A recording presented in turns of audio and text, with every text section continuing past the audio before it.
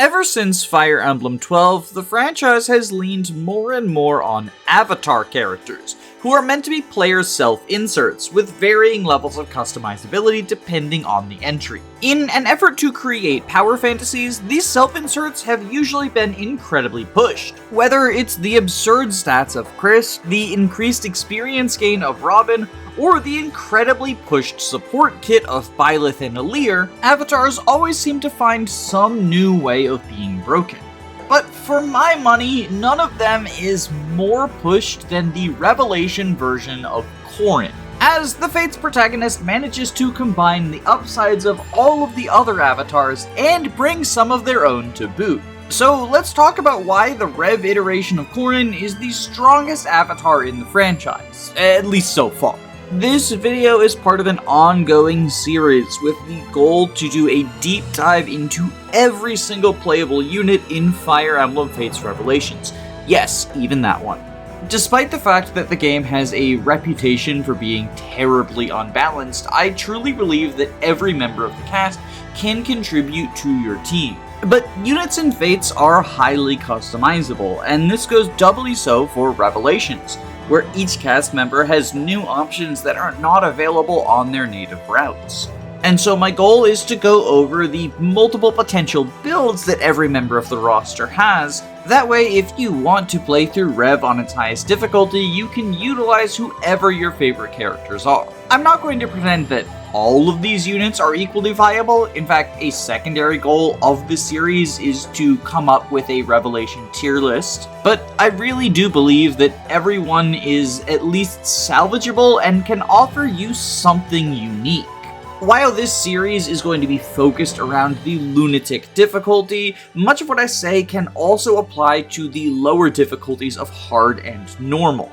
Those difficulties have lower numbers for the enemies, so it's easier to reach stat thresholds, but things like various reclasses, available friendships, and specific builds that you can go into stay universal despite what difficulty you intend to play on. With all that out of the way, let's dive into our unit review. God, that's either the worst or best series name I've come up with. There's no middle ground.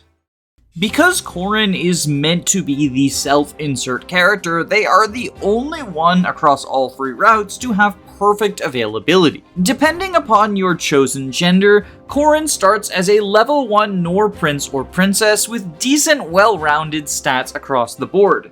Their two biggest weaknesses are the magic and resistance stats, with only 4 base magic and 2 base resistance before accounting for Boon and Bane.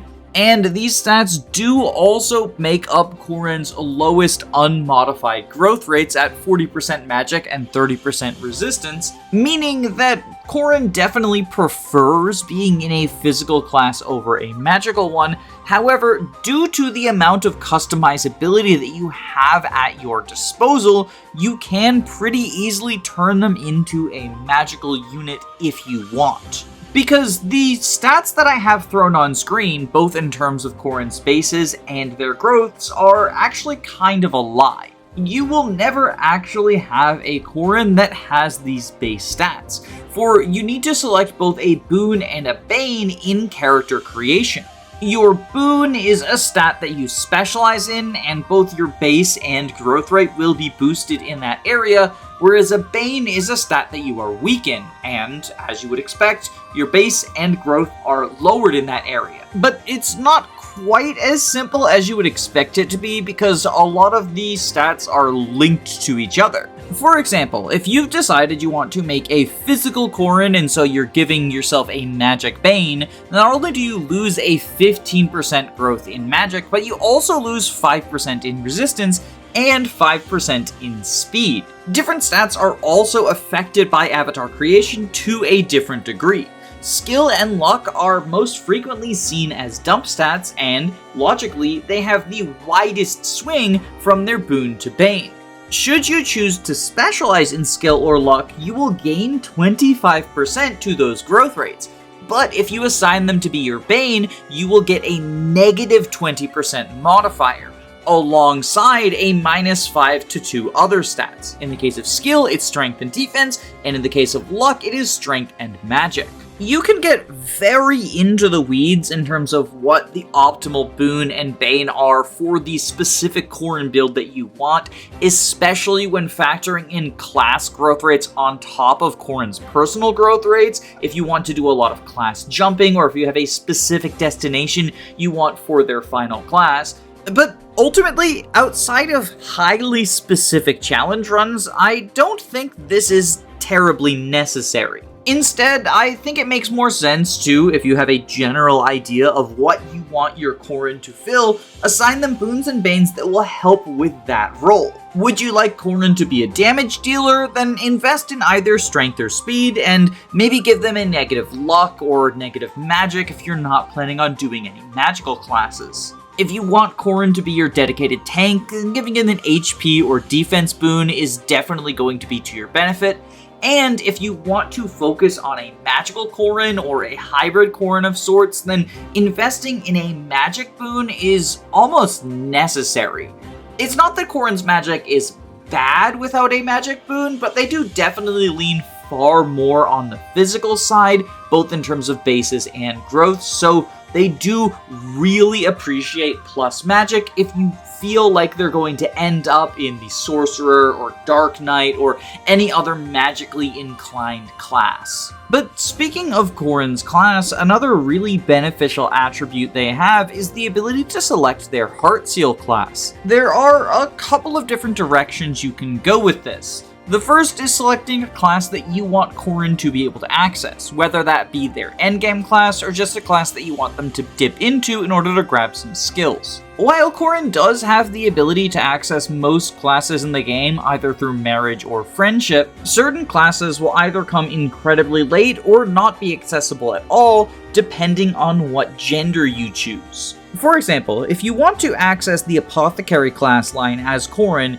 you either need to friendship Midori as a female Corrin or marry Midori as a male Corrin. Midori being a second generation unit means that you have to marry Kaze to someone, so she's going to join later than you would perhaps like to reclass Corrin.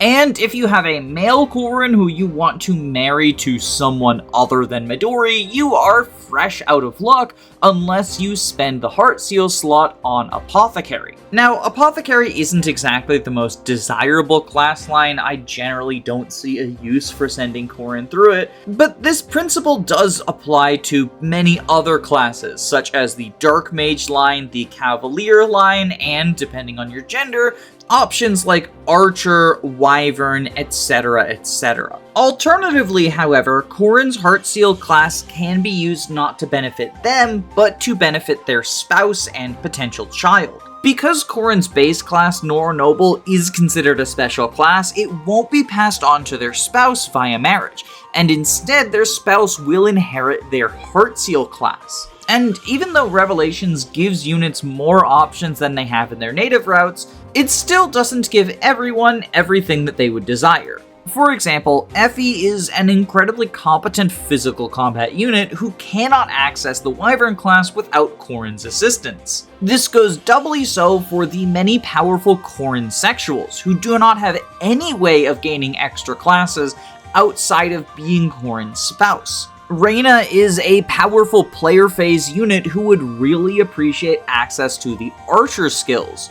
Fuga doesn't have any way of taking his incredibly powerful stats outside of an infantry class. But this principle doesn't even have to be restricted to giving units access to classes they wouldn't have otherwise. For example, if you've decided you want to run Hayato as a sorcerer, you could grab Dark Mage from his Nyx marriage. But Nyx joined significantly later than Hayato, and also she's generally considered to be a pretty bad unit, so fielding her for the requisite number of maps to marry the two to each other might be more detrimental than simply selecting the Dark Mage talent with Corrin and marrying Hayato yourself. Of course, Corrin's spouse is not the only unit that their Heartseal talent choice will affect. Corrin's guaranteed child, Kana, will always inherit Corrin's talent as their secondary class. If Corrin has a second child, then that child will not inherit the Heartseal class and instead gains access to the Noble class line, but they can still inherit a skill from that class through skill inheritance, So, for example, if you wanted to give Rajat soul access for a powerful soul mage, you could get soul through Corrin's talent as either mercenary or fighter, and then pass it down to your child. As a result of all of these factors, the choice of Corrin's Heartseal talent is probably the most important decision you make during avatar creation. The best option for you is going to depend on what you want your run and team to look like. But I do want to talk about a couple of talents that I generally like going for and the upsides and downsides associated with them. Choosing Wyvern Talent is basically old reliable.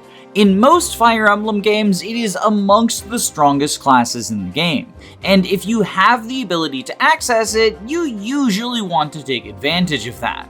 Fire Emblem Fates is no different, and if anything, the Wyvern class line might be more desirable in Fates than any other game in the franchise, because both physical and magical units can benefit from entering the Wyvern class line. Because while the base class of Wyvern Rider is a physical class, upon promoting you choose between the physically focused Wyvern Lord and the magical hybrid class of Malignite, which is the only non-DLC flying class that can use tomes. In addition to being able to choose between your strength and magic, the Wyvern class line is pretty well rounded in other areas. Of particular note, boasting your defense by 20% and speed by 10%.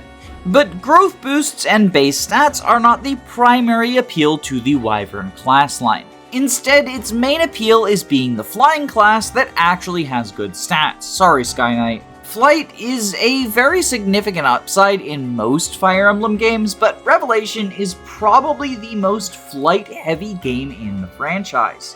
As early as Chapter 9, having a good deal of flyers makes a huge difference, as that map features a lot of emptiness and strong winds that can really mess with you if your team doesn't have enough flight. But flight continues to be useful. In Chapter 11, there are woods and caltrops. Chapter 12 has a lot of ice and you want to navigate between different boats. Chapter 13 has rivers you fly over. Chapter 14 has a large body of water. The set piece of Chapter 17 is a big mountain dividing the map in half. Chapters 18, 20, and 23 are all made up of multiple islands that flyers can dart between. Chapter 22 has trees that you want to fly over. And almost every paralogue in the game has a significant set piece that flight is extremely beneficial at bypassing. In fact, the only two paralogues I can't think of an immediate use for flight on are Asuji and Dwyer's paralogues. The early access to flight is actually one of the biggest arguments for making Wyvern your Heartseal class. Chapter 9 is, in my opinion, the hardest chapter in Revelations. It's definitely the hardest chapter in the early game. And because Corrin is going to be your best combat unit at that time, being able to get them airborne is a huge boon. Now, the Wyvern talent is not the only way to get Corrin wings for Chapter 9. Corrin has a fast support with Azura, and if you chose a female Corrin, there is enough time for you to reach A rank friendship and reclass into Sky Knight before Chapter 9. All you have to do is either Mozu's Paralogue or Invasion 1 before Chapter 9. Of course, Sky Knight is statistically weaker than Wyvern, but not by as much as you would expect, and Corrin is strong enough to make Sky Knight work at the very least short term. However, this strategy only works for female Corrin. There is not enough time to marry Azura, and even if there were, not all male Corrins are going to want to marry her just to gain Sky Knight for Chapter 9. So for male Corrin, Wyvern becomes a much more reasonable Heartseal option, and even if you are running female Corrin, Wyvern is still a good class, and there are plenty of reasons to pick it over the Sky Knight friendship. These skill options from Wyvern are also fairly solid. Strength plus 2 isn't flashy, but it is a damage boost, and as a level 1 skill, that's kind of all you can ask for. The lunge skill allows you to trade places with the enemy that you attack, and this includes if you are attacking them and you kill them, you will still jump into the space that they used to occupy. Early on, this can definitely be useful if you're looking for situations to make use of it. My favorite thing to do is to use lunge in order to set up an attack stance on an additional enemy. Alternatively, if you have multiple units attacking really bulky enemies like the Chapter 14 and Chapter 15 generals, or the Chapter 18 Oni chieftains and Basaras, then potentially using lunge to free up a space for other people to be able to gang up on those enemies can be beneficial to you. But I find as you get later into the game, it gets significantly less useful. Most of the units you're using should be one-rounding most enemies, especially if you're making proper use of effective weapons. And as a result of that, it just becomes incredibly situational. Like maybe you want to lunge in order to be in a specific spot for enemy phase or to set up an attack stance attack or whatever, but it doesn't come up super often, even if you're looking for opportunities. In terms of the promoted skills, generally the Malignite ones are stronger. The level 5 Malignite skill, Savage Blow, deals 20% damage to all enemies within 2 tiles after you initiate combat. This damage is non-lethal, so if it would kill an enemy, it leaves them at 1 HP. I find that later on, it becomes a lot less useful, similarly to Lunge. Once you enter into the late game and people are one-rounding anyway, that extra 20% doesn't matter, but there is kind of a weird sweet spot in the mid-game where you can have an early promoted unit unlock Savage Blow and still have Savage Blow be relevant because there's some really bulky enemies in the mid-game, like the Generals and Onis and Basaras that I mentioned. And so if you don't have like the strongest team, either because you're using some off-meta characters or maybe you're class dipping in order to pick up skills, Savage Blow can be useful for setting up kills on units who otherwise wouldn't get it. I think that is especially useful if you have a unit dipping into a class that they don't specialize in the attacking skill for and you really want to set up kills for them. So, for example, if your Rallybot is trying to get Rally Magic and they're in Omnioji and they need to use tomes but they're generally a physical unit, then being able to reduce an enemy to 1 HP without killing them just from using Savage Blow damage can be useful for setting up those kills. I think that if all you're worried about is making progress on the map, then oftentimes Savage Blow is not going to be the best tool for the job. But if you're looking at accomplishing various side objectives, and I don't mean side objectives on the map, I mean in terms of training your squad, Savage Blow can be quite useful, especially since it is an AoE damage. It will hit multiple units, and you can potentially set up multiple kills with the Savage Blow damage if you are making proper use of Azura and Shelter Singing and trying to feed all of these kills to the one unit who you really want to get 3 or 4 levels on in a single map just to get a specific skill. This is especially helpful if you can combine it with other forms of non-lethal damage, such as Poison Strike from Ninja or Pyrotechnic, Saizo's personal skill. But, of course, the real star of the show when it comes to Malignite skills is Trample, which is a massive +5 damage stack against all non-mounted enemies. And the majority of enemies that you face in late-game Revelations are non-mounted. In the final map, where you're fighting a non-coast, there is a Bow Knight, a Paladin, and a Dark Knight on the right-hand side of the map, and there are some Kinshi and Falco Knights in chapters 24 and 25. Gunter is a mounted unit who's the boss of chapter 26.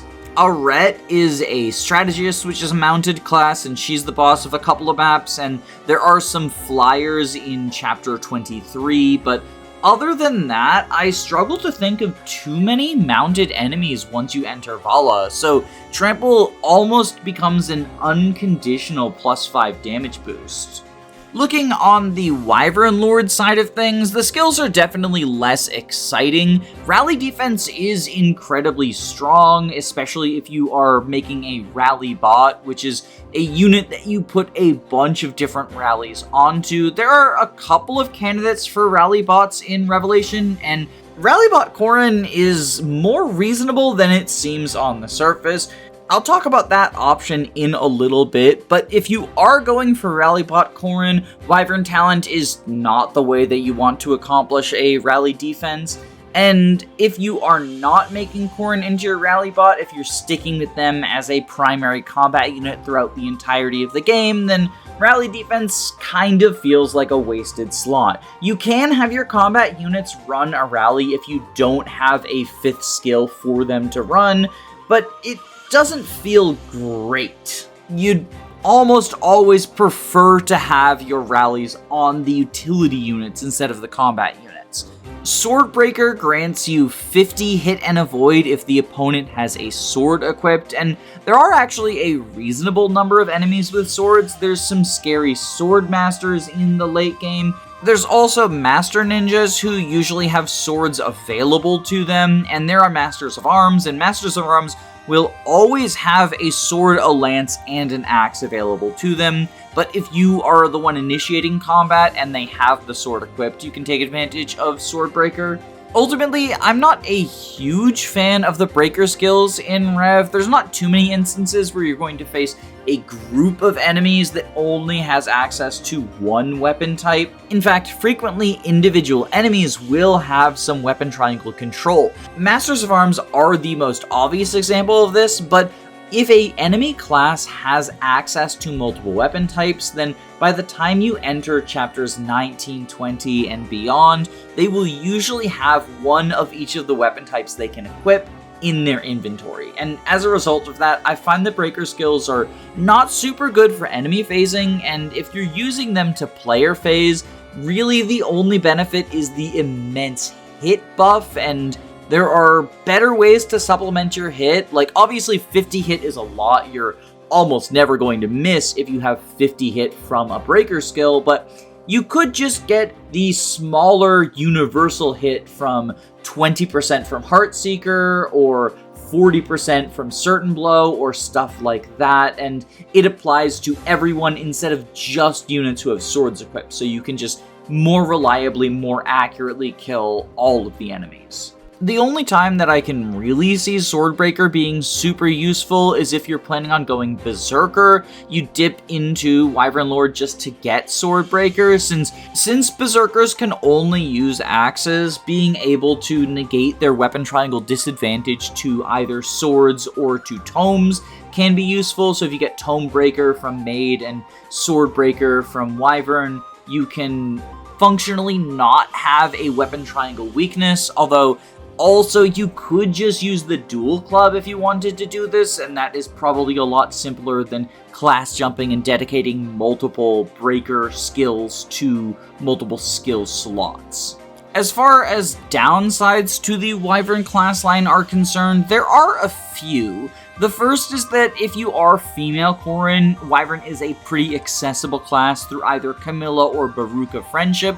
Camilla in particular is a fast friendship, so that only takes 4 maps to unlock Wyvern, and Camilla is a pretty strong unit anyway, so you're almost certainly using her. If you chose to do a male Corrin, Wyvern is definitely less accessible. Only female units have access to it in Generation 1, so you either have to commit your marriage to it, which takes more maps and commits that resource that you only get one of, to either Camilla or Baruka, or you have to wait until Percy, who is a 2nd generation unit. He joins later. In fact, even his dad joins later than Camilla and Baruka do, so if you want to get Wyvern through friendship with him, you're going to be waiting a long time for it. The other potential downside is that because Wyvern Lord uses axes, it limits your ability to reclass for Chapter 7 or Chapter 8, because you need to build both a staff or rod shop in order to get the Heart Seal, and an armory in order to buy a bronze axe or brass club. Whereas if you had a sword or lance-based class, then you could use Azura's Bronze Lance or the Yato. Because Chapter 7 and Chapter 8 funnel a lot of experience into Corrin, Corrin ends up getting pretty significantly over-leveled, and because of Fates' experience curve, doesn't really gain that much experience for a couple of chapters afterwards. And as a result of that, I really like reclassing Corrin either for Chapter 7 or Chapter 8 so that they can pick up the unpromoted skills of their Heart Seal class. If it is a sword class, they can use the Yato for this, and if it is a lance class, they can use Azura's Bronze Lance, but if it doesn't use either swords or lances, you do have to build an armory in order to get the bronze or brass variant of the weapon it uses, in addition to building a staff or rod shop to get the heart seal itself. This means that you can't actually reclass for Chapter 7, which is when Corrin gets the majority of their level ups for the early game, and if you're not careful, it can really slow down your skill gain from your heart seal class. Moreover, you can only reclass Corrin for Chapter 8, and can't also take advantage of the second heart seal from the staff and rod shops, for either Gunter to train him in the Wyvern class, or for Jacob or Felicia if you want to take advantage of some of their heart seal options. Once chapters 11, 12, and 13 roll around, there start being promoted enemies that Corrin can pick on in order to get kills and secure these skills from their Heart Seal class if you've chosen to reclass them. So it's not the end of the world, but I do find that reclassing to pick up skills in Chapter 7 is incredibly beneficial, especially if you have a reclass heavy Corrin build in mind. Another incredibly reliable class to make your Heart Seal is the Ninja class. Ninja is an incredibly fast class with access to universal 1-2 range weapons, and as a result of this, if you want your physical Corrin to be able to enemy phase large groups of enemies, Ninja is one of the better options for it. It is on the frailer end physically and also doesn't have a great strength stat, and daggers themselves do not have particularly high might, but Corrin's stats are kind of ridiculous, so Corrin can often find themselves one-rounding as a ninja using daggers regardless of these facts. Also, because Ninja naturally adds 20% to your speed growth even as an unpromoted class, it can help to bolster Corrin's speed stat, meaning that you get the benefits of a speed boon while also being able to give a different stat a boon instead. However, there are a couple of downsides for Ninja Talent. The first two are the same downsides associated with Wyvern. Ninja is incredibly available, and this time to all genders. Male Corrin gets it earlier due to the friendship with Kaze. It's not technically a fast friendship, but since you can build support in the Branch of Fates, it functionally builds as fast as a fast friendship would. Female Corrin either has to marry Kaze or wait for Kagero, which does mean that they're going to take a little bit longer to access Ninja. But it's not nearly as long a wait as it would be for Percy's Wyvern for the male Corrin if you choose not to marry Kaze. Similarly to Wyvern, you also don't have a brass shuriken or bronze knife early on. In fact, you don't get one at all throughout the campaign, no matter what you have to buy one, but that's 500 gold, it's not a huge deal. There are a lot of units who appreciate an E-rank shuriken. But because you don't start with the E-rank variant, it is harder to get those early levels in Ninja in order to get access to Ninja skills. Although Ninja skills are also not particularly good. You get Lock Touch, which just lets you open chests and doors. This is nice, but you have a lot of units with Lock Touch, and it doesn't really add much to Corrin as a primary combat unit. Poison Strike is a similar skill to Savage Blow. You deal 20% fixed non-lethal damage after initiated combat. However, this damage is only dealt to the person that you attacked as opposed to anyone within 2 tiles. This means that if you want to use Poison Strike to set up kills, you're going to have to find someone who Corrin doesn't one-round, and that in itself can be a bit of a struggle. Although once you start facing promoted units, Poison Strike can potentially help to wear them down. The level 5 skills for both Master Ninja and Mechanist are kind of memes. Lethality has an incredibly low proc rate. It does kill in 1 hit if you hit someone with it, but like, it's such a low proc rate, you really should not be relying on it, and oftentimes you can kill in 1 round of combat anyway, simply by bolstering damage with the various damage bolstering sources you have. Golembane, on the other hand, deals effective damage to mechanists and puppets. There are really only 2 chapters that I can even think of that have enemy mechanists in them. That is Chapter 24, Days Lost, has some mechanists, and Chapter 20, Seeds of Doubt, has some mechanists in it.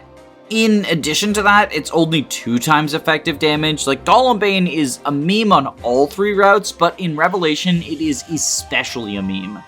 But the level 15 skills for the ninja class line are kind of interesting. Shuriken Fair is a +5 damage stack if you are using knives or shurikens, which if you're in the ninja class line, you almost certainly are. There are some situations you might want to use specific swords, but usually you just want to be using knives just because they are 1-2 range. They are a lot better in that regard. Replicate, meanwhile, is a very interesting and potentially powerful skill. You can use an action to create a clone of yourself, and you are able to control the 2 clones independently. They share a health bar, and most things that affect one clone will affect another.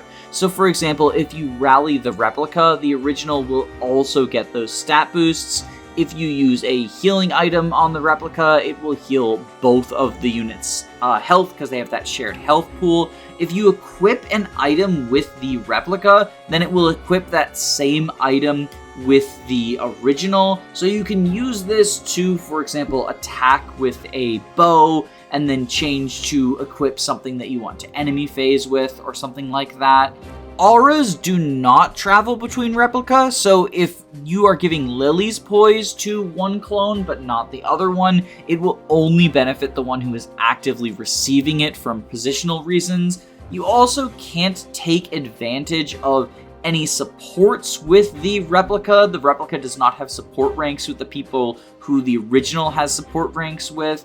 You can't take advantage of any skills that specifically reference names. So, for example, the Devoted Partner and Forceful Partner and Evasive Partner skills will always affect Corrin, but because the replica is not named Corrin, then those skills will not affect the replica, even if the replica is receiving a backup attack or pair-up bonus from the units who have those skills. You also can't benefit from healing auras that are on a replica for whatever reason. So this includes like Azura's personal skill or Amaterasu. It's also potentially worth noting that just as a general rule in Fates, you can't benefit from the same aura twice. So if you have Inspiration on your unit that has Replicate, and they replicate themselves, they can't give Inspiration to the same unit twice. But this rule also applies if you had Inspiration on multiple units. Like say if Forest and Felicia both had Inspiration and they're both in range of Corrin, Corrin still only benefits from one Inspiration. Despite these limitations though, there are a lot of really fun things you can do with Replicate. The most level 0 is just having 2 copies of a very powerful unit. Because of the shared health bar, it's harder to enemy phase with both of them, but if you are in a more player phase focused build, something like a sniper or whatnot, you can pretty easily just have 2 delete buttons. If you have a utility unit, you can have them be in multiple places to apply their utility in multiple locations. If you want to have Corrin do some heavy combat and then re-equip something on the replica or heal the replica or something like that, there's a lot of fun stuff you can do with replicas. But with that being said, because the only skills that feel particularly beneficial are promoted level 15 skills, Ninja often feels like a class that you want to end up in, but if you're doing a really high investment, class dipping, skill combining build, you're not going to want to access Ninja early, and as a result of that, if you are trying to make Corrin an incredibly high investment combat build, you might want to go with a different Heartseal option. In contrast, if you're looking for a Heartseal class that gives you good skills early on, Mercenary is an incredibly solid option. After just 1 level, you get Good Fortune, which is an incredibly mediocre skill. You have a luck % chance to regain HP at the start of every turn. 20% HP is usually not going to be a significant chunk of damage, and the fact that it is a luck percent chance and can only happen once per turn is really disappointing for an activation condition. However, upon hitting level 10, you gain Strong Riposte, which gives you +3 damage when counterattacking, allowing for much more effective enemy phases. If you choose to promote to Bow Knight, then your level 5 skill is Rally Skill. Much like with Rally Defense, this is really only useful if you are turning Corrin into a dedicated rally bot, otherwise it kind of just feels like a waste of a skill slot. At level 15 in Bow Knight, you gain Shuriken Breaker, which gives you +50 hit and avoid against daggers and shurikens. Similarly to Swordbreaker, I'm not a huge fan of the Breaker skills in Revelation, simply because you often face enemies who have multiple weapon types and will use the one that you don't have the Breaker against. However, Shuriken Breaker at least has the advantage of being against a 1-2 range weapon, so you can potentially stand in range of only shurikens instead of shurikens and swords, and take advantage of the Breaker in that manner. The same cannot be said for Hero's level 15 skill, Axe Breaker, which faces similar problems to my issues with Swordbreaker, only axe enemies are significantly less common than sword enemies. There are Onis who are pretty threatening, and Masters of Arms will have axes, lances, and swords, but aside from that, it's just like axe generals, and usually the generals start with lances equipped anyway. Most of the threatening berserkers are in the early game, long before you have access to the Axe Breaker skill. Unless you are terrified of the Chapter 19 Bolt Axe Berserker, I don't think Axe Breaker is doing too much for you. But if you are familiar with the Fates meta, then you know the reason you go into Hero isn't for Axe Breaker, but for its level 5 skill, Soul. Soul gives you a skill percent chance to regain HP on attack equal to half of the damage your attack deals, and Soul is often used in some of the more powerful enemy phase builds in Birthright and Conquest, those being Soul Ninja and Soul Mage. The principle of Soul Ninja and Soul Mage is that you have an enemy who does a lot of 1-2 range attacks, doubling most enemies with Guard Gauge equipped. Because of the way that Guard Gauge works, if you double your opponent, you are able to avoid 1 out of every 2 attacks once you fill up your first Guard Gauge. Combine this with the fact that doubling your opponent also gives you multiple chances for Soul to go off and restore your own HP, and you can significantly supplement your bulk simply by equipping a 1-2 range weapon and the Soul skill. This allows units who only have medium bulk to punch significantly above their weight and take on massive enemy phases. And while it may seem unreliable, especially since it involves a proc skill in order to save you HP, it generally is very reliable. You'll often end up in scenarios where your unit is launching off 12 to 14 attacks and only needs to proc a 20% soul chance on one of them in order to survive, and that is if they get hit by every single enemy attack, many of which have around a 50 to 60% hit rate on them. Sure, you can get incredibly unlucky and things can go wrong, but they usually won't. Now, especially attentive viewers might have noticed that I labeled Soul Mage and Soul Ninja as especially powerful builds in Conquest and Birthright, but I left Revelation off the list, and there's a reason for that.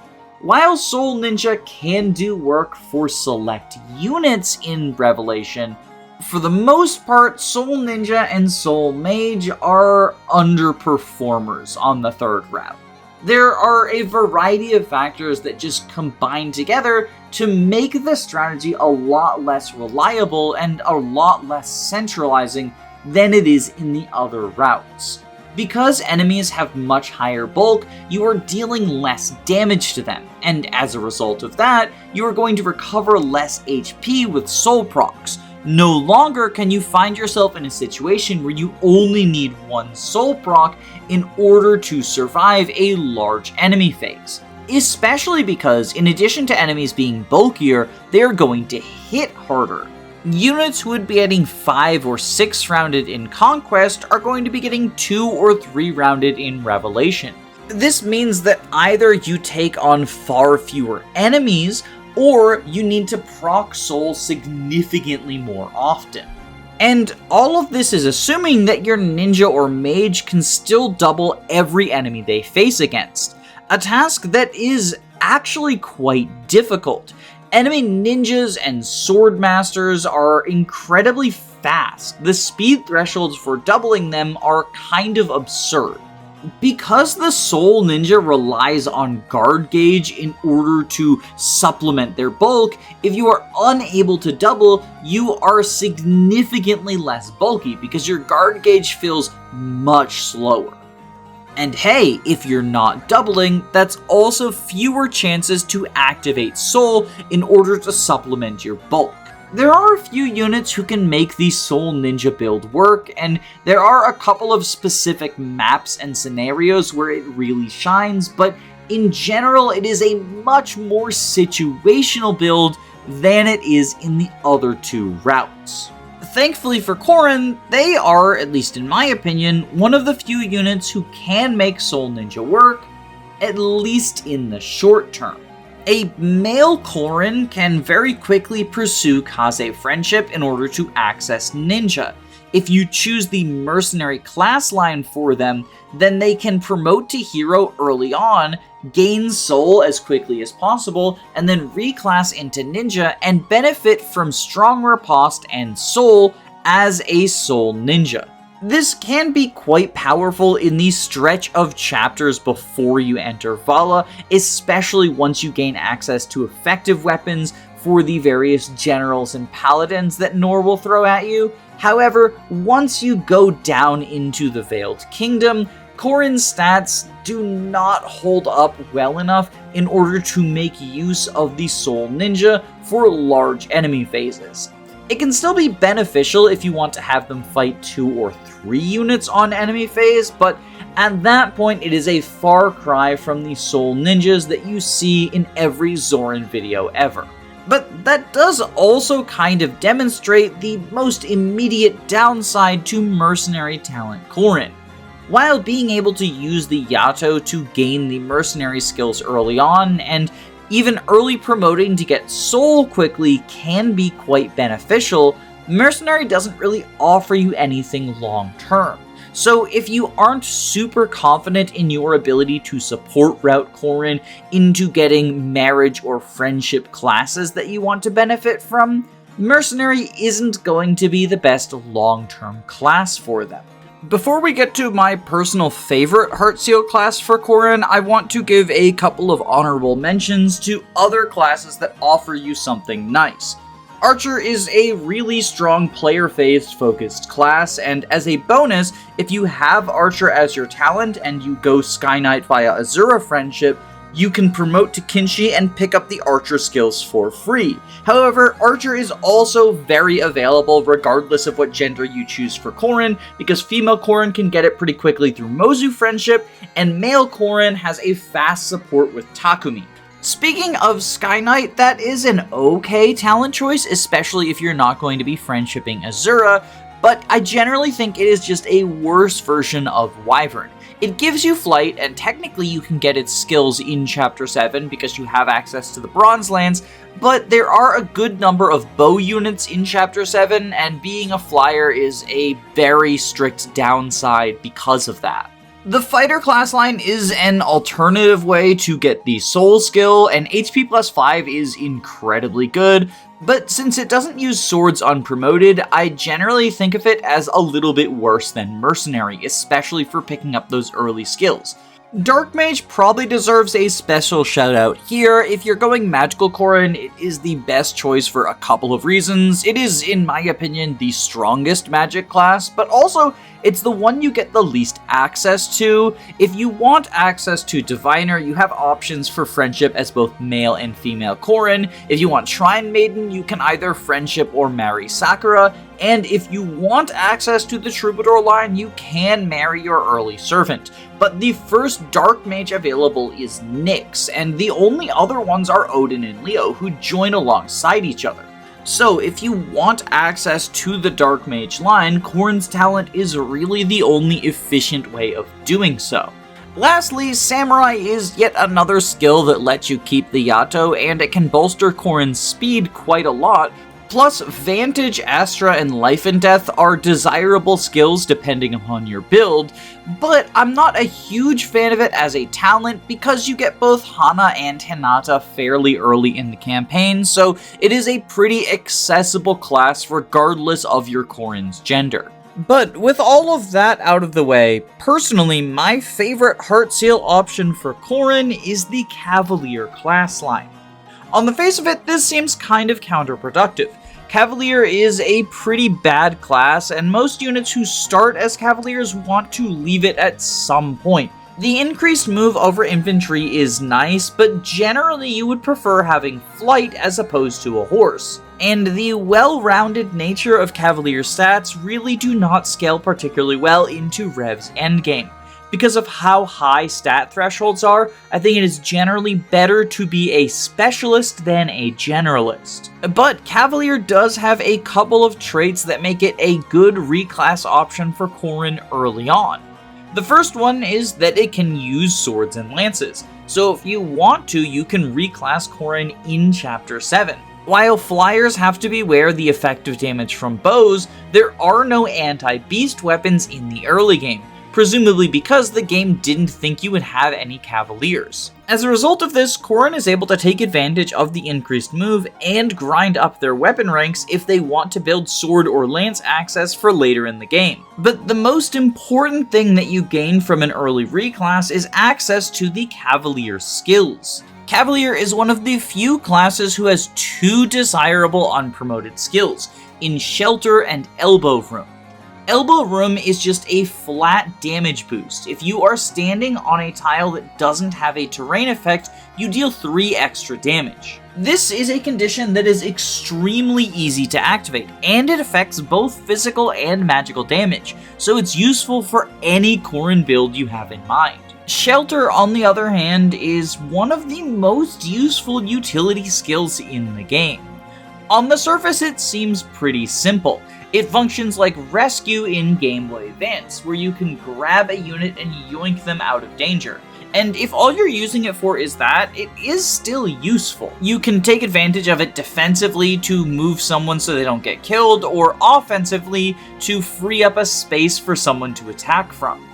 But the real strength of the Shelter skill, as any high-level Fates player will tell you, is Shelter Singing. Shelter Singing is a tactic that can allow you to take advantage of your dancer multiple times per turn. It is restrictive both in terms of being action negative and in terms of requiring you to position very carefully to pull it off, but once you get the hang of it, it can unlock a lot of new strategies. The way that it works is you have Azura dance with a unit while she is unpaired. You then have a unit with Shelter Azura, making Azura into the backpack for that unit. You have a third unit come over and transfer Azura to their backpack, switch Azura to the front position, and then dance for another unit. If you wish to repeat this process, all you have to do is transfer the unit who is now Azura's backpack out in order to separate them, Shelter Azura again, and then repeat the process over and over. It is worth noting that the more you Shelter Sing in a single turn, the worse your action economy is. The first Sing requires only one unit, Azura, to dance for another unit. However, the next Shelter Sing requires 2 units, the Shelter Bot and the unit who transfers Azura from the Shelter Bot. And the third one requires 3 units, someone to transfer Azura's backpack, another Shelter Bot, and another unit to transfer Azura. As a result of this, Shelter Singing doesn't give you the infinite action economy that you might think it does at first. However, Fates is a game where units often fill extremely specialized roles, and because of that, it can be quite useful to give a single unit 2 or 3 actions in their turn, even if it comes at a net negative in terms of the number of actions you have overall spread across your team. The actions that Reyna, Camilla, and Fuga take are generally going to be more impactful than those by Niles, Odin, or Nyx. Additionally, Shelter Singing can help to supplement your movement significantly, especially if the unit you are sheltering with is also the person you want to dance and move across the map. If your Falco Knight Ignatius moves 8 spaces, shelters Azura, and then someone else comes over and takes Azura to dance for Ignatius, only for Ignatius to move 8 more spaces, congratulations, the strongest unit in the game just moved 16 spaces, all thanks to Shelter Singing. Shelter is definitely a skill that gets better the more you plan out approaching maps, but even if you don't have a highly planned clear, there are often opportunities to make use of Shelter Singing if you are on the lookout for them. But because Revelation front loads the Hoshiden cast, you don't get that many units with Shelter early on. If you chose female Corrin, you could spend a Heart Seal on Jacob to get Paladin Jacob simply to turn him into a Shelter bot, but I will be honest, I don't really love Paladin Jacob. Gunter also shows up at the end of Chapter 7, and he is a very useful utility unit short term, but he is probably the unit with the least long-term potential in the cast. And besides, having multiple shelterers further increases your flexibility when it comes to Shelter Singing. Besides these two, your first Cavalier is going to be Silas, who joins in between Chapter 14 and 15. And then you don't get Perry and Xander until right before jumping into Valla, midway through Chapter 17. If you want to make use of the Cavalier skills, Wyvern Talent is one of the few ways to do it. Now, the promoted classes from the Cavalier line really do not offer any especially useful skills. Defender is definitely the best of them, giving you +1 to all of your stats if you're paired up in guard stance, and while it's a nice skill to have if you naturally end up in the Paladin class, I tend to think that it is fairly overrated, and it's not really worth entering Paladin for on its own. Really only good for people who just ended up there for some other reason.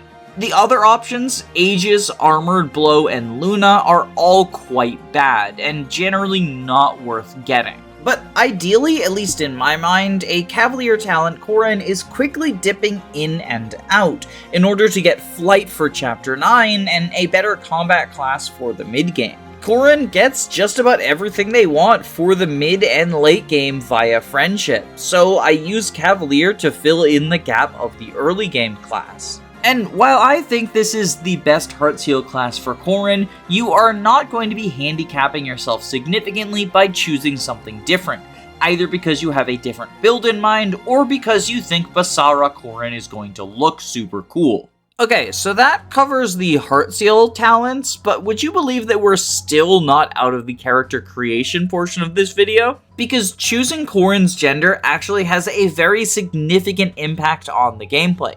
It determines which of the early servants you get, Jacob or Felicia. You will get the other one later on, but the early servant is going to be significantly better than the late servant, both because of availability and because the servants are kind of modeled after Jagan units, so they don't scale super well into the late game. Early Jacob is generally better in Revelations than early Felicia, but that's a topic for another video. Instead, the thing that I want to focus on around Corrin's gender is how it affects their friendship classes.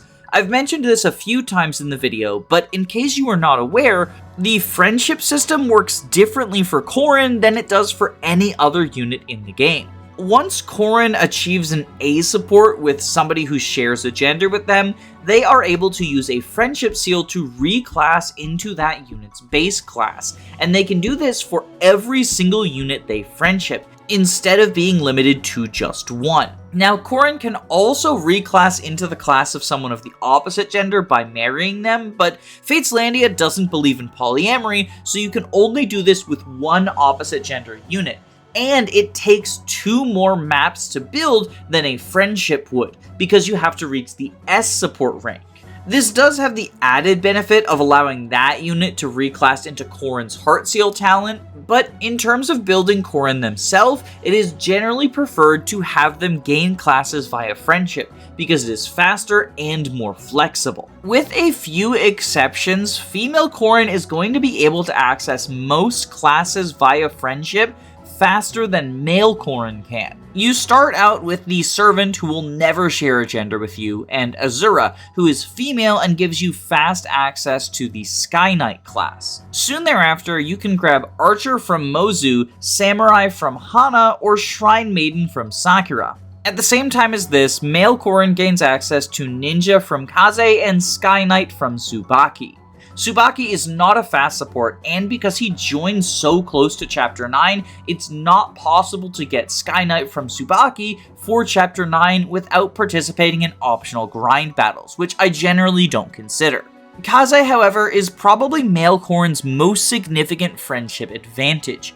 He is the first way to get Ninja, joining 3 maps before Kagero will, and while he is not technically a fast support, he functionally is one because you can build his C rank during the Branch of Fate sub-story in order to have it as soon as he joins. That way you only have to spend 4 maps to reach friendship anyway, 2 of them on B rank and 2 of them on A rank. Next up, female Corrin gains access to the Oni class from Rinka, and male Corrin can get the Diviner class from Hayato. Neither of these are super great classes, but they can be beneficial. In between chapters 10 and 11, male Corrin gains access to the Archer class line from Takumi, which is a fast support, and the Samurai class line from Hinata. Even though Takumi is a fast support, because Mozu is around for so much longer, she can pass Archer on to female Corrin before Takumi can give it to male Corrin. And obviously Hana is able to pass Samurai on to female Corrin sooner than Hinata can to male Corrin. Female Corrin also gets something from the Takumi squad, and that is access to the Spearfighter class from Obero Friendship. In Chapter 11, female Corrin can get Diviner from Orochi, and in Chapter 12, she can start working towards the coveted Ninja from Kagero. In Chapter 13, you finally get your first Norian classes, and female Corrin can gain access to Wyvern or Mercenary. Wyvern even has a fast support option from Camilla.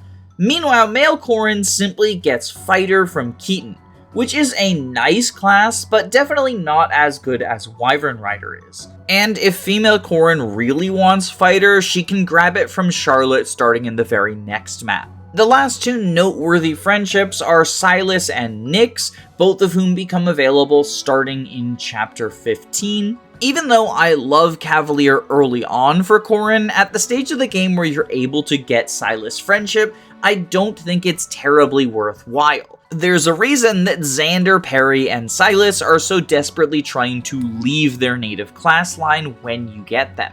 In theory, female Corrin being able to get Dark Mage a couple of chapters before male Corrin is nice, but much like with Cavalier, you probably should be selecting Dark Mage as your talent if you're trying to go Magical Corrin. Waiting until Nyx, Odin, or Leo arrive just to enter a good mage class is not the play. Overall, the reason that I prefer female Corrin to male Corrin is so many powerful options show up earlier for female Corrin. If you want to do a high investment build where you take advantage of her unique access to a bunch of classes, then female Corrin is going to be able to more easily build tons of friendships quickly. If you want to do something low investment and just stick into Archer or Wyvern, then you gain access to those classes more quickly than your male counterpart would as well. Because Ninja is one of the strongest physical classes in the game, it is genuinely super beneficial that Corrin can access it so quickly if he chooses to be male. But that's really all male Corrin has going for him, and there are plenty of low effort builds that female Corrin gains access to as well. An Archer Corrin for Mozu will be online around the same time as a Ninja Corrin from Kaze. Much like with the Heartseal talent, choosing a quote-unquote suboptimal gender is not going to screw you over significantly, and if you have a specific marriage candidate in mind, or you have a plan for what you want to do with early Felicia, then that's upside enough for going male Corrin. But if you want to get the maximum value out of everything your Dragonborn has to offer, I recommend strapping those estrogen patches to her. But now, finally, we can leave character creation. So right off the bat, one of Corrin's biggest strengths as a unit is they will spend most of the early game severely over-leveled. It may not look like that because on the sheet that I have pulled up, Corrin starts as a level 1 Nor Prince or Princess, but those numbers are a little bit misleading because that's Corrin's join stats in the Branch of Fate.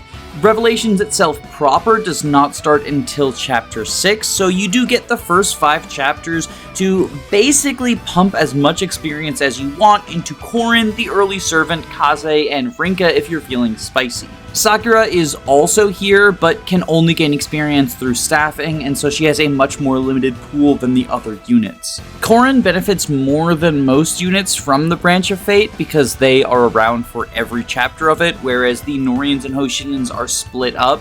There's also the Premonition and Chapter 1, both of which are Corrin exclusive, so Corrin gets a free level out of that at the very least. And thanks to the Nobility skill from Nor Noble, Corrin gets a little bit of an EXP bolster to the point where by Chapter 5, they usually hit the soft EXP cap.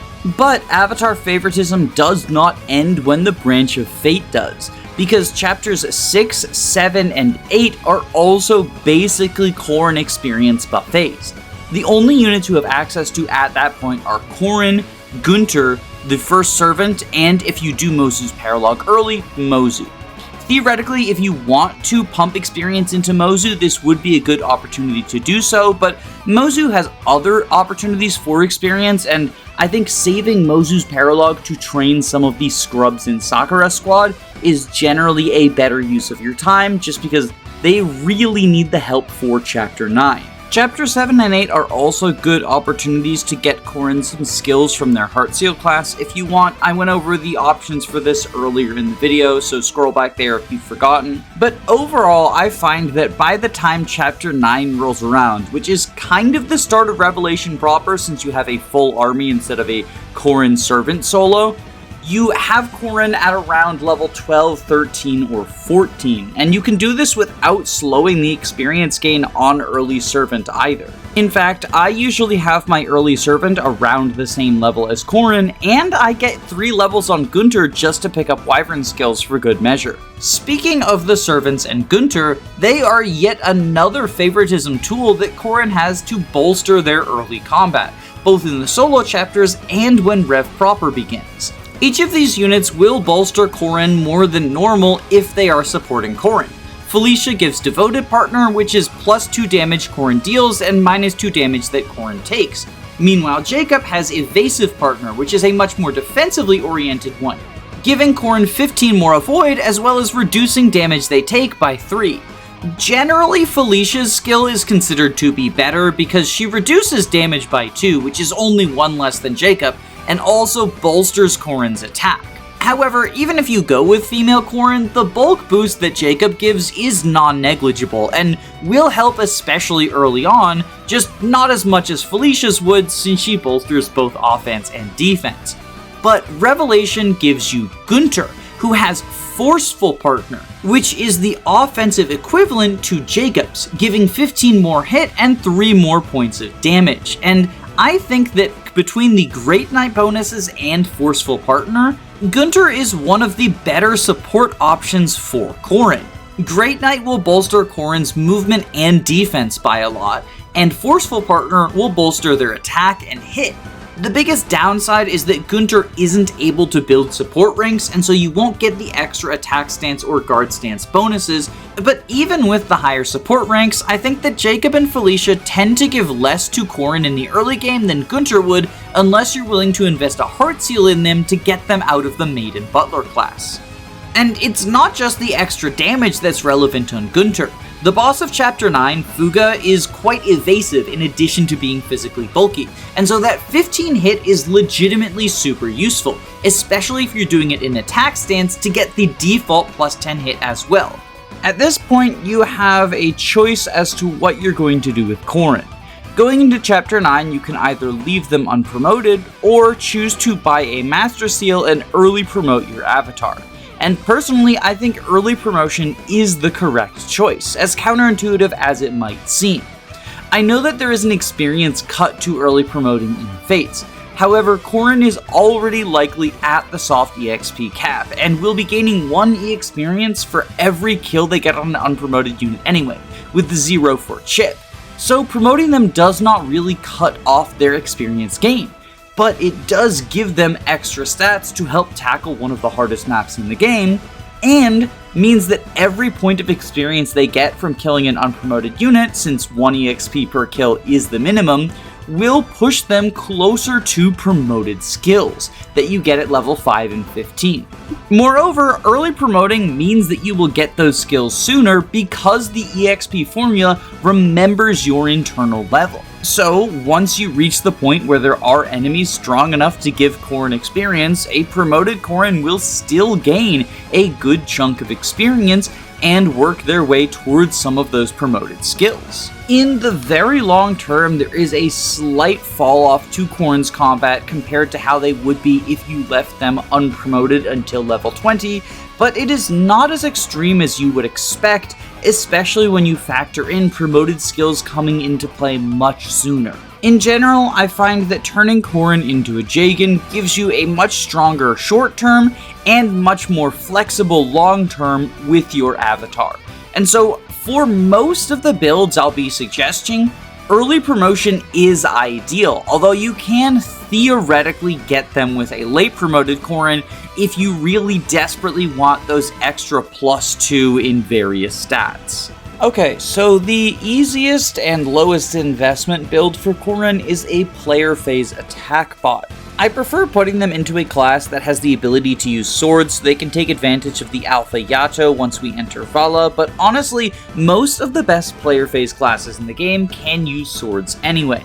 Bow Knight and Master Ninja are a couple of standout examples, but going the Samurai route allows you to pick either Swordmaster to bolster Corrin's speed, or Master of Arms to take advantage of Lances and Axe access for full weapon triangle and effective damage using those weapons. Hero or Blacksmith are kind of interesting options, especially if you ground your Axe rank early on using Wyvern Talent or some other means. The only particularly strong late game units with Axe rank are Camilla and Fuga, so having someone else who can use a hammer or piked ruin club is always nice, but generally I think Corrin's other sword classes are going to be more beneficial. The big advantage of Master Ninja and Bow Knight is you can use hidden weapons and the bows as your primary weapon and still have the ability to take advantage of Yato when the occasion calls for it. If you would prefer to make your Corrin into more of an enemy phase unit, you probably want to set defense as your boon, simply because bulk thresholds are a lot harder to reach in Revelation than they are in Birthright and Conquest. But Corrin can still somewhat make an enemy phase build work. You usually want to go either Master Ninja or Dark Knight to supplement your res, since Corrin's res tends to be a weak spot for theirs, and there are a lot of hybrid enemies in Revelation, so you can't reliably only fight physical enemies. The reason I suggest Dark Knight over Sorcerer is you get some extra bulk, and there isn't actually that much beast effectiveness in Revelation. Plus, just like the other classes, you can still use the Yato if you want.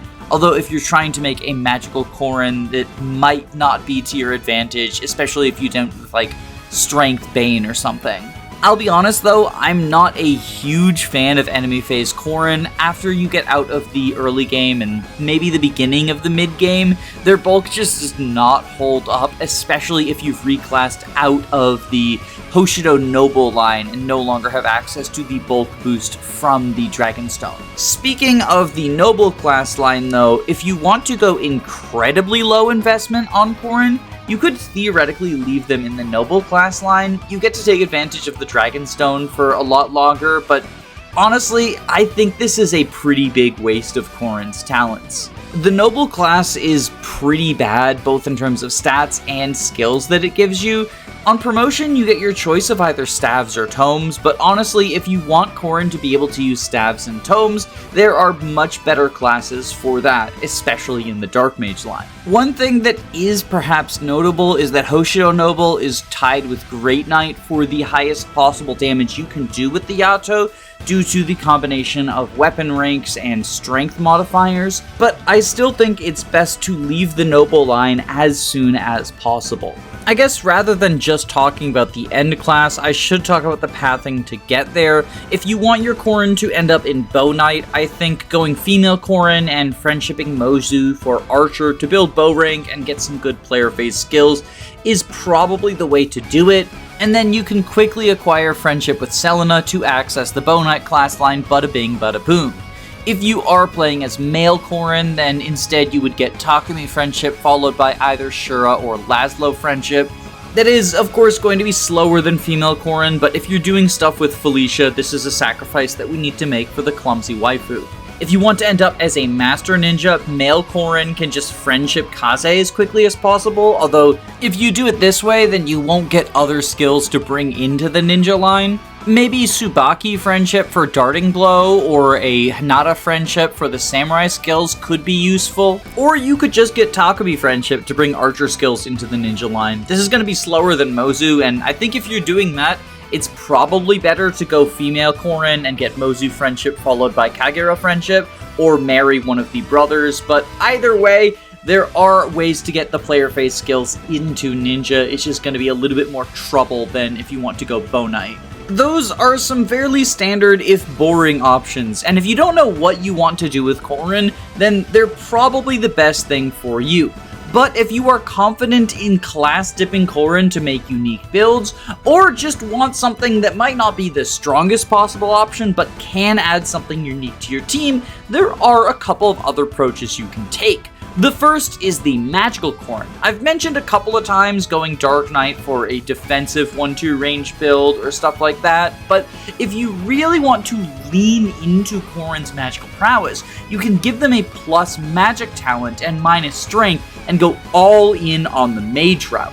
This does unfortunately mean that your Yato combat will be kind of worthless, and that might come back to bite you on the final map, but there are other ways of killing an outpost that don't involve Corrin. In exchange, you get access to another mage, and Revelations, because of unit balance moments, is actually pretty short in powerful mage units. In the early game, you get Hayato, who is quite strong, but other than that, all of the mage options either come incredibly late, are pretty bad, are very high investment, or some combination of those traits. Early Felicia requires at least a heart seal and will be much frailer even than your other mages. Orochi has a couple of interesting high investment builds, but they're generally not worth it unless you really want to use Orochi. And Sakura has a bunch of high investment options, but you do have to manage supports and spend quite a few seals on her if you want them to pay dividends as an attack unit. And you're giving up her really worthwhile support capabilities if you do that as well.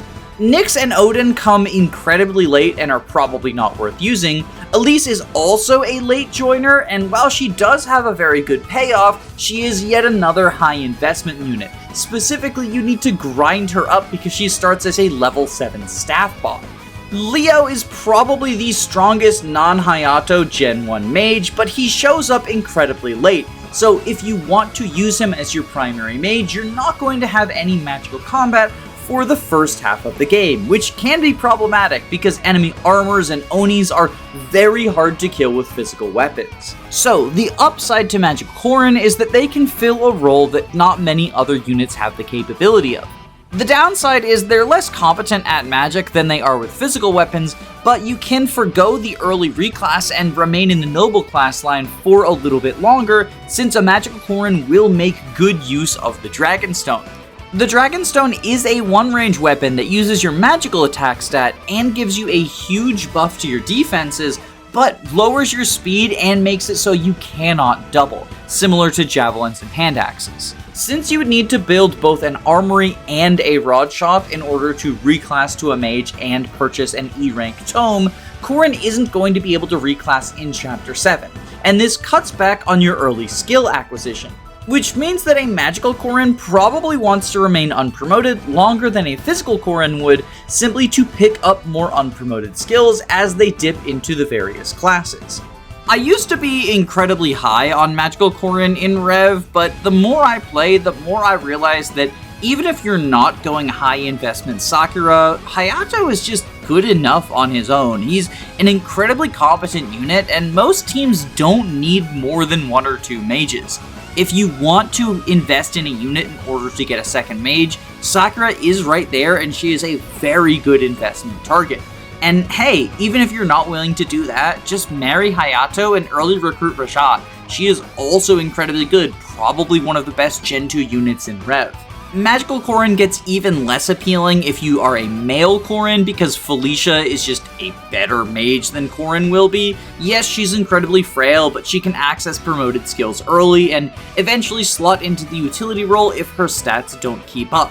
And that's before even looking at late recruits like Leo and Forest. Yes, most mages in Revelation suck, but honestly, I think giving up a physical Corrin just to get another mage who's better than Nyx and Orochi, but worse than Yato, is not super advisable. But perhaps the funniest thing you can do with a unit whose combat stats are as insane as Corrin's is turn them into a support unit. And ironically, I think one of Corrin's better builds is to turn her into a late game rally bot. And the reason I say her instead of them is this is a build that really only works with female Corrin. In theory, male Corrin can do it, but it takes significantly longer, which for a rally bot is a no-go. You want your rallies online as soon as possible. So the pathing goes like this. Corrin has a fast support with Azura, which can be completed prior to Chapter 9, allowing her to go Sky Knight for Chapter 9. I said this earlier, but I do think that going Sky Knight and especially Falco Knight for Chapter 9 makes the map a lot easier. An average stats 14-1 Falco Knight Corrin with Gunter pair up and elbow room can one-round Fugo with the Killer Lance without needing a crit. Thanks to friend of the channel Blue Luna for running these numbers for me. Falco Knight gives Corrin rally speed, but at the same time that they finish their Azura support chain, they can begin working on the Sakura one, which is a fast support to give them access to rally luck and rally magic. And, as it turns out, 4 maps after Sakura joins, Camilla joins, which gives Corrin a fast friendship for Wyvern and a rally defense. At the same time, you can work towards rally skill with Selena friendship, although this is not a fast support and Selena is a questionable deploy. The only rally that feels noticeably absent is rally strength. You can get it through Charlotte friendship, but that comes quite late and is not a fast support. Alternatively, if you are willing to commit your marriage, you can marry either Arthur or Keaton, and Keaton is a strong enough unit that you are probably going to want him to be on your main squad, at least in the short term. But if you do want to pick up rally strength, it does require that marriage commitment, or else devoting Corrin's talent to the fighter class line, which can make her early game a little bit rougher. Still, I think this is worth doing, especially since promoting Corrin early makes the mid-game a lot easier. You might as well build towards a cohesive set of promoted skills, and the rallies are generally the best level 5 promoted skills, especially when working with each other. Now, the most notable downside of this build is if Corrin is devoting all of her skill slots to rallies, as well as many of her player phase actions to rallying, her combat is not going to be as top tier as it normally would be. However, in my experience, this is really only something that you feel in Valla. During the stretch of chapters from Chapter 9 to Chapter 17, Corrin's combat is still quite stellar, well above most of your other units, even if they don't have any skills bolstering it. And it's not like you're getting the rallies all at once. You can leave skills like Elbow Room and Darting Blow on Corrin while they gather all of the Infinity Stones to become the best rally bot this side of the Mississippi. Their phenomenal combat also helps as they're class dipping in order to try to gain promoted skills using E-rank weapons, something that the other potential rally bots can struggle with. And while Corrin's combat is generally phenomenal at all stages of the game, it's not something that you really miss once you enter the late game, and in fact they are often outshone by other top tier combat units at that point, such as Ryoma, Xander, Leo, Shura, Fuga, etc. So since her combat maintains as a force to be reckoned with in the mid game, I don't think there's too much downside to making Corrin a late game rally bot, outside of how it affects endgame, and don't worry, I'm not glazing over that, we will talk about endgame. I do want to compare Corrin to the other potential rally bots because all of the rally bots in Rev have one problem or another that really hold them back. The first one you gain access to is Sakura, and she gets luck, speed, and magic inherently in her class set, which is quite nice. These rallies are also quite synergistic. They are good for bolstering any of your magical combat units, as giving speed to double and magic for more damage is nice, and everyone appreciates luck for a little bit of extra hit or crit avoid. Through either a Jacob marriage or an Elise friendship, she can add resistance to her group of rallies, giving her a solid 4 quite easily. Resistance doesn't synergize super well with your mages because mage on mage battles are generally not super productive, but it is nice to have regardless. Sakura is probably the strongest of your non-Corrin rally bots. The biggest downside is that she focuses on magical units who are less numerous than physical ones, but it's easier for Corrin to get rally magic than rally strength anyway. And you're missing out on a high invest Sakura if you make Sakura a rally bot, but the same is true for a combat Corrin. Sakura is usually going to be slower to get rallies online than Corrin would, because her 10-1 combat is not nearly as strong as Corrin's, so that is the most significant downside in comparison to the Avatar, but otherwise they are working along similar strengths and weaknesses. Another potential rally bot is Baruka. She naturally has rally defense and rally strength in her base class set, and she can get rally skill from a fast friendship with Selena. Her marriage with the monk Azama gives her luck and magic, meaning that she is the only unit in the cast to have access to 5 rallies outside of the Avatar and Gen 2 through inheritance. However, this is a bit of an awkward combination of rallies. Strength and magic are rarely used by the same units, and the absence of speed feels incredibly noteworthy, as speed thresholds are often the most impactful if you can nudge people over them. If you are trying to have all 8 rallies, you need to split them amongst 2 units anyway, so Baruka can be quite helpful in that regard, but if you simply want a single rally bot to consolidate the most useful rallies on, Baruka is a little bit awkward. The next one to come to mind is Selena. She inherently has rally skill and rally speed thanks to Bow Knight and Falco Knight being part of her base class set. She also has a fast friendship with both Camilla and Baruka to add rally defense to the mix, and if you want to marry either Arthur or Keaton, she can get rally strength for a clean 4. The most notable thing about her is the combination of strength, skill, and speed being the best set of offensive rallies for physical units, with rally defense just being a nice treat on top. Generally with Revelations, I much prefer focusing on offense than defense because it is far easier to take the enemies on player phase than on enemy phase.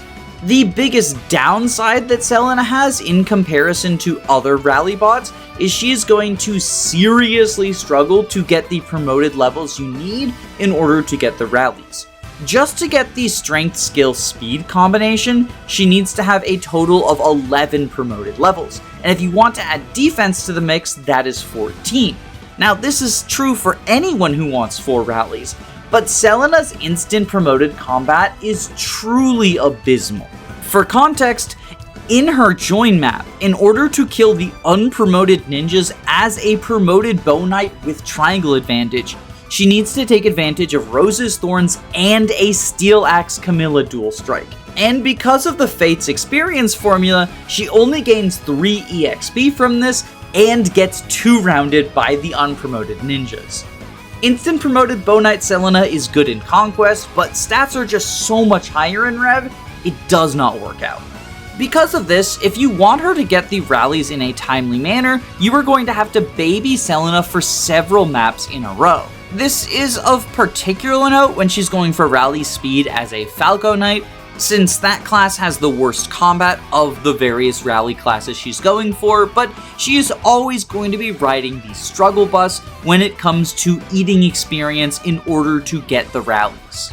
In theory, you could try to alleviate this problem by giving her some unpromoted experience in order to bolster her stats, but then you run into the issue of even slower EXP gain, plus you are working towards those rallies much later, so at that point you might as well use the later joined mercenary Laszlo. He is our fourth consideration for a Rallybot, and he is able to pretty easily access skill on his own, speed through marriage to either Selena or Azura, and strength through Keaton friendship, giving him the potent offensive combination of +4 skill, +5 speed, and +5 strength, because his fancy footwork personal skill stacks with the rally strength and speed, for a clean +5 in both of those categories. This is the main advantage to Laszlo, is he will give you more stats with each rally in comparison to the other candidates. However, his biggest downside is that he joins quite late, joining alongside Xander and Leo in Chapter 17. His stats at that point in time are actually quite reasonable, especially as an instant promoted Bow Knight, so he's not going to be struggling for kills as much as Selena would. He is, in fact, quite capable of securing promoted kills on his join map simply by using the Armor Slayer.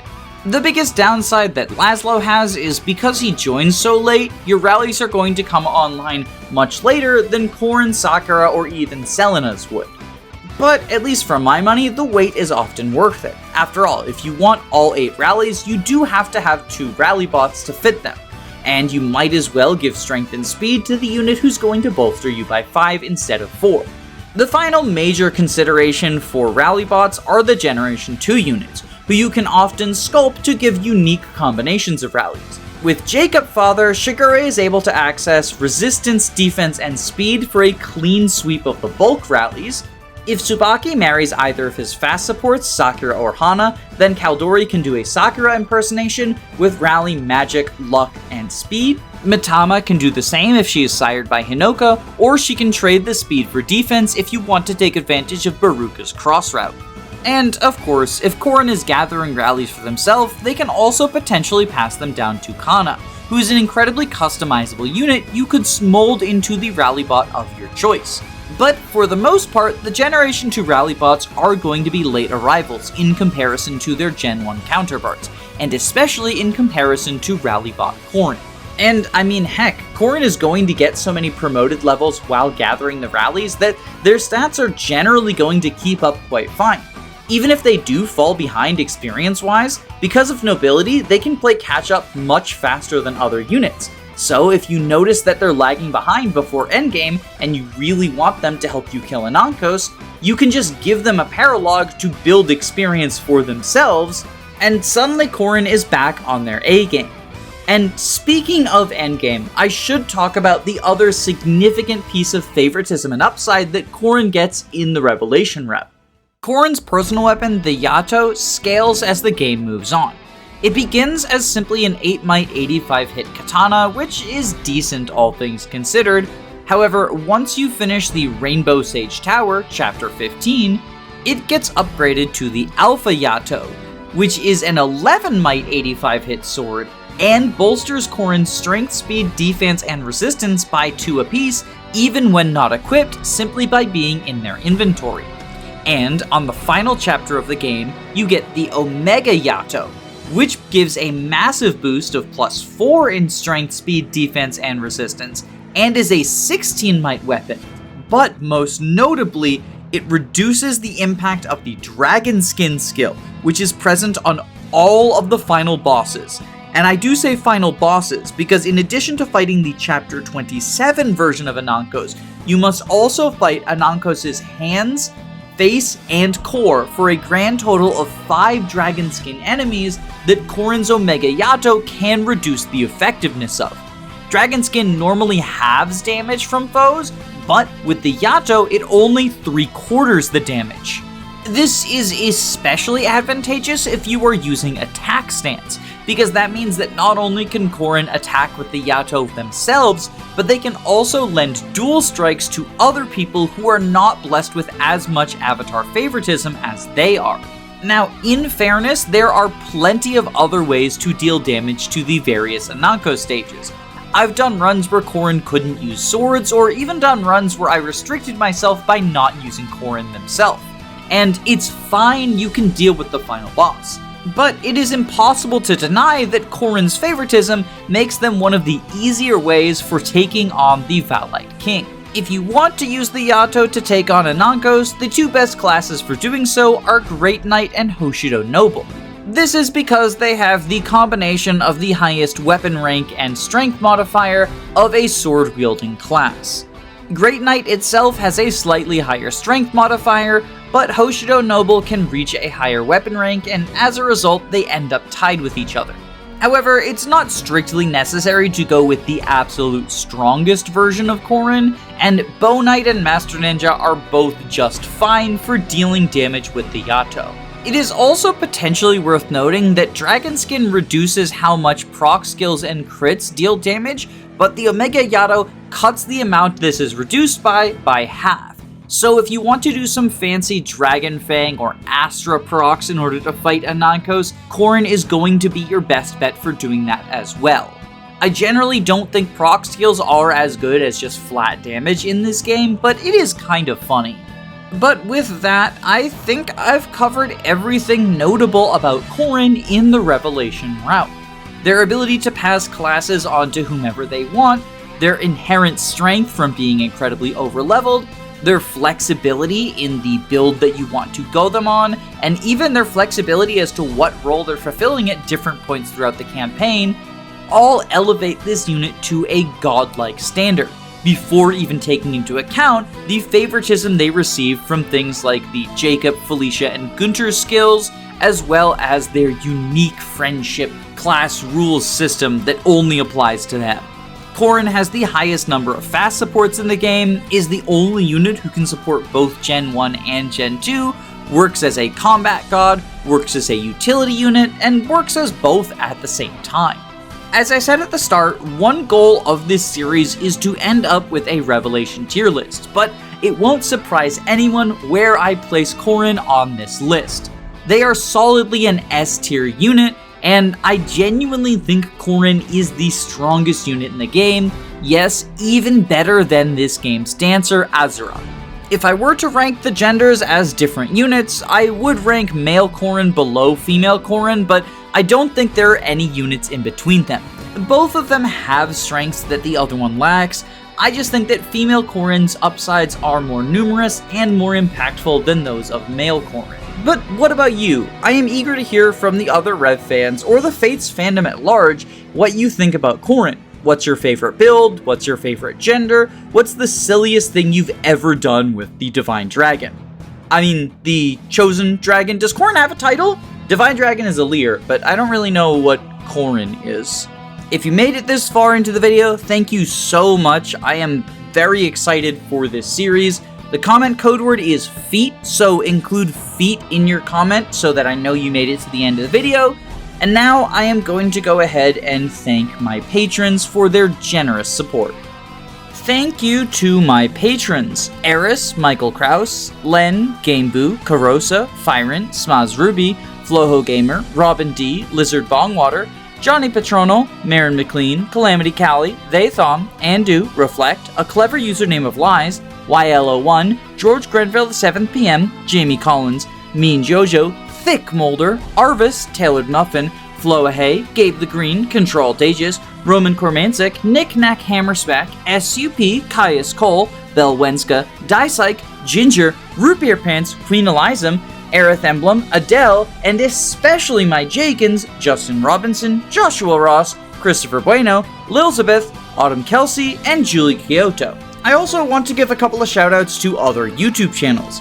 Blue Luna has been a great person to talk to and bounce ideas off of during the formation of this series, and ran numbers for me on a couple of averages. Additionally, this series is in large part inspired by the YouTube channel Bad at Life, who does a similar thing for the Birthright route, If you liked this video, I would highly recommend checking out his videos because it's basically the same thing but done a lot better, just for a worse branch of Fate. And of course, like, subscribe, and if you can afford it, click on the Patreon link and check out the benefits that I've got available there. But I have rambled for long enough, so I'll just finish by saying, stay safe, gamers.